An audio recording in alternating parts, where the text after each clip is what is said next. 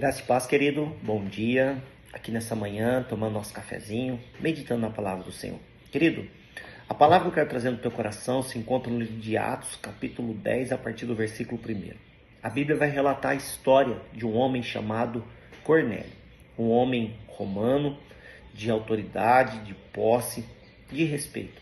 Mas um homem que, diante da sua vida, diante da trajetória da sua história, um homem que aprendeu a temer a Deus, buscar a Deus em oração.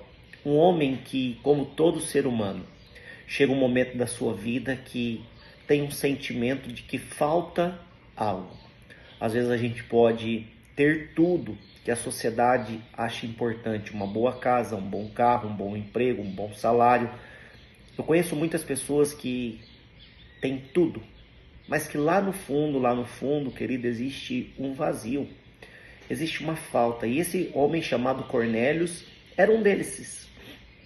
Faltava algo, e diz que ele está buscando a Deus em oração, ele quer entender, ele quer compreender aquilo que falta, e ele vive uma experiência poderosa, a revelação de um anjo falando com ele, acerca de que ele devesse chamar Pedro, para que Pedro pudesse ministrar algo no coração deles.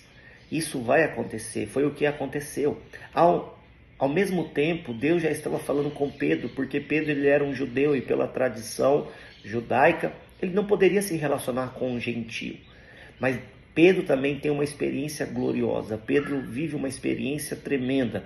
Os céus vem um sinal, uma visão, um lençol descendo com alguns animais e Deus dizendo, mata e come, Pedro dizendo, não, não e não. Não vou comer isso. Mas Deus vai dizer para ele, olha, não considere impuro aquilo que eu purifiquei. Existe um trabalhar de Deus, querido.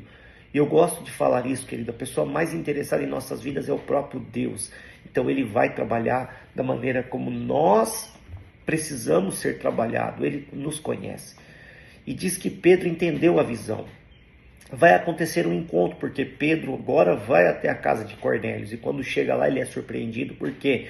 Porque Cornélio havia convidado um monte de pessoas. Se Deus falou, Deus é fiel. E diz que Pedro vai começar a pregar e falar acerca da salvação. E algo tremendo acontece, querido. Não houve imposição de mãos. Não houve uma oração específica. Houve a palavra da salvação. E diz que o mover do Espírito Santo desceu sobre aquela família. Todos foram batizados no dom de falar em línguas. E foi tremendo. O que eu quero dizer nessa manhã, querido? Quem tem sede de Deus, quem tem desejo de Deus, encontra Deus. Naquele dia houve salvação. Naquele dia houve batismo no Espírito Santo e teve batismo nas águas. Uma família, muitas pessoas ali se converteram.